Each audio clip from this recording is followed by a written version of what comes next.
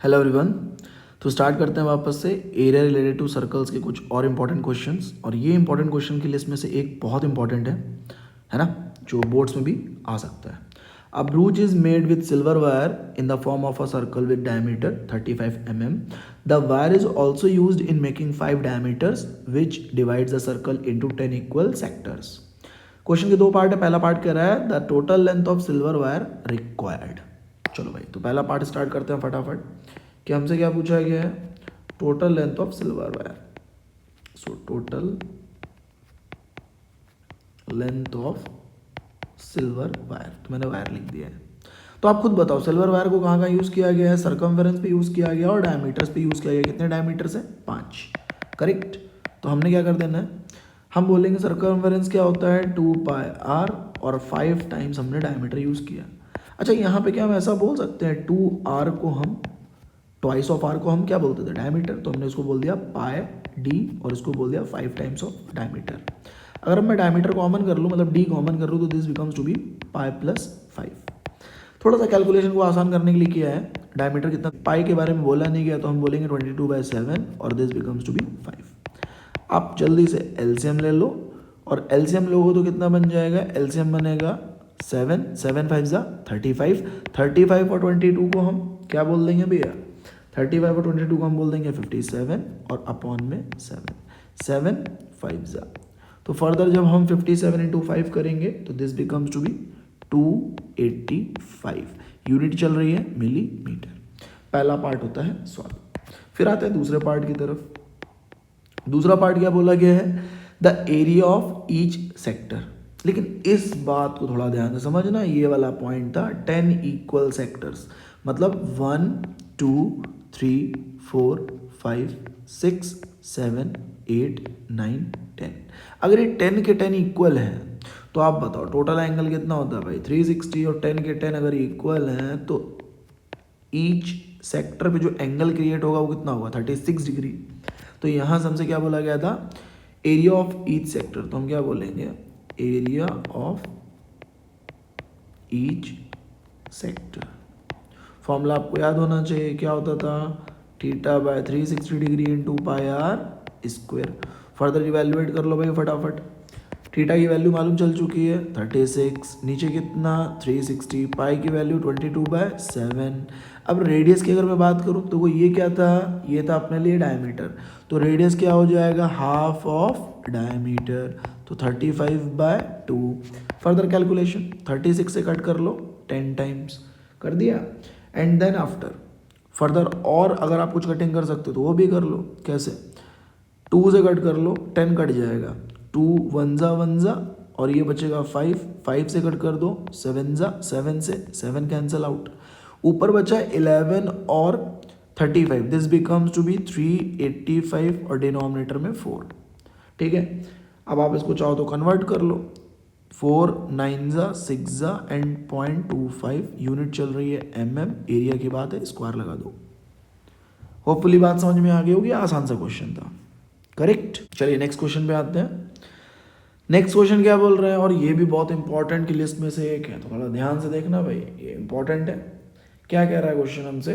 A round table cover, a round table cover has 6 equal designs as shown in the figure. If the radius of cover is 28 centimeter, find the cost of making the designs at the rate of 35 पैसे या ₹0.35 पर square centimetre. Use करना है √3 को 1.7। चलो, तो question को start करने से पहले मैं क्या बोलूँगा कि 6 इक्वल डिज़ाइन है, तो आप क्यों ना इनको आपस में ज्वाइन कर दो। और इनको आपस में ज्वाइन करने से ना आपको इनका एक इंटरसेक्शन पॉइंट दिख जाएगा। और भैया जो इंटरसेक्शन पॉइंट दिखेगा ना वो होगा सेंटर ऑफ द सर्कल। मतलब ये अपने लिए क्या बिहेव करेगा? Centre of the circle. और आपको दिख रहा होगा ये हमारी ईच डिज़ाइन है, और ये जो ईच डिज़ाइन है वो कहीं ना कहीं बिहेव कर रही है ये पार्ट सेक्टर, और ये क्या अपने लिए बन गया फिर? सेगमेंट।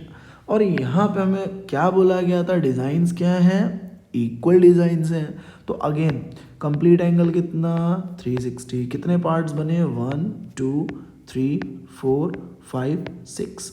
अगर 6 पार्ट्स बने तो सेंटर पे एंगल कितना क्रिएट हो जाएगा 60 डिग्री, मतलब this angle should be 60 degree. अब अगर मैं केवल एक टुकड़े की बात करूं, मतलब एक पार्ट की बात करूं, तो ये सेक्टर है, छोड़ो, हम केवल बात करेंगे सेगमेंट की, क्योंकि हमें चाहिए बस इतू सी डिज़ाइन। और ये कितने हैं, एक सेगमेंट है, और टोटल सेगमेंट कितने हैं अपने पास 6। तो हम क्या बोलेंगे, एरिया ऑफ डिज़ाइन।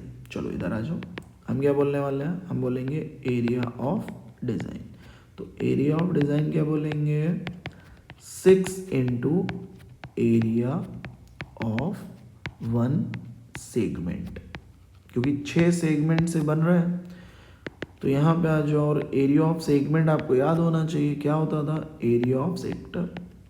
तो area of sector minus area of triangle, ठीक है। चलिए, तो 6 टाइम्स सेक्टर का फॉर्मूला क्या था, theta by 360 pi r square minus 1/2 r square sine theta. तो ये हो गया area of triangle minus area of sector minus area of triangle. अभी करना है वैल्यूएशन। तो वैल्यूज क्या क्या अपने पास रखते जाओ, थोड़ा पेशेंस रखना कैलकुलेशन के लिए। थीटा कितना था 60, इसको मैंने बोल दिया 360। पाई के बारे में बोलना नहीं गया, तो 22/7। रेडियस कितनी है, तो भाई रेडियस अपने को पता है 28, तो मैंने यहाँ लिख दिया 28 मल्टीप्लाइड बाय 28 माइनस 1/2। रेडियस कितना है 28 इंटू 28, और थीटा की जगह क्या लिखना है 60, तो मैंने बोल दिया ये हो गया साइन 60। ठीक, क्या हम कुछ कॉमन कर सकते हैं क्वेश्चन जिससे थोड़ा आसान हो जाए, लेकिन उसके पहले दिख भी रहा है कुछ कटिंग हो रही है। ये हो रहा है 6 टाइम्स कट हो रहा है, हमने इसको 6 टाइम्स कट कर दिया, ठीक है। इसको कट कर दो 7 4 ज़ा, और कुछ कट कर सकते हैं, हाँ 2 से कट कर दो भैया, ये बन जाएगा 14 टाइम्स। और कुछ कट हो रहा है, और कट कर सकते हो, उसको कर दो 2 टाइम्स, इसको कर दो 3 टाइम्स, और हमने सिंप्लीफाई कर दिया है, करेक्ट। नेक्स्ट, तो हमें और क्या दिख रहा है, ये साइन 60 की वैल्यू नेक्स्ट स्टेप में रखेंगे, लेकिन उसके पहले क्या हमें 28 कॉमन दिख रहा है। क्वेश्चन को थोड़ा ना कैलकुलेशन थोड़ा सिंप्लीफाई कर रहा हूँ बस।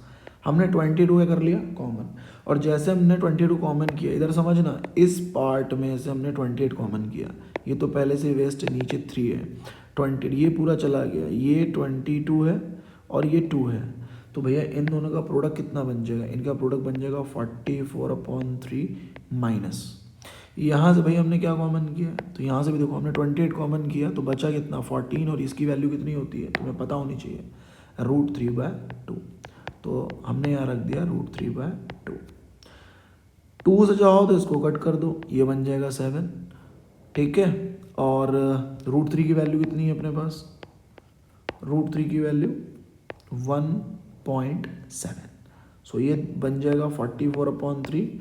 और √3 की वैल्यू इधर देखिए, √3 की वैल्यू उन्होंने बोली थी 1.7, तो अगर मैं इसको यूज़ करूँगा 1.7, तो 1.7 इंटू 7 11.9।